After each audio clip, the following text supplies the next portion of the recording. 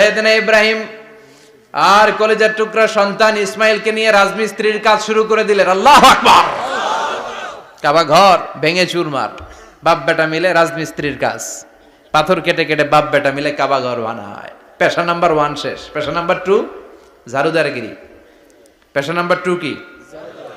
আল্লাহ বললেন তাহহিরা বাইতিয়া লিত-তাইফিনা ওয়াল আকিফিনা ওয়ার রুকআইস সুজুদ।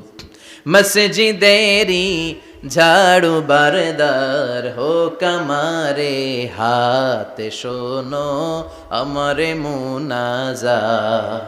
শোনো শোনো ইয়া ইলাহি আমারে মুনাজাত, শোনো আমারে মুনাজাত। পড়েন আমিন।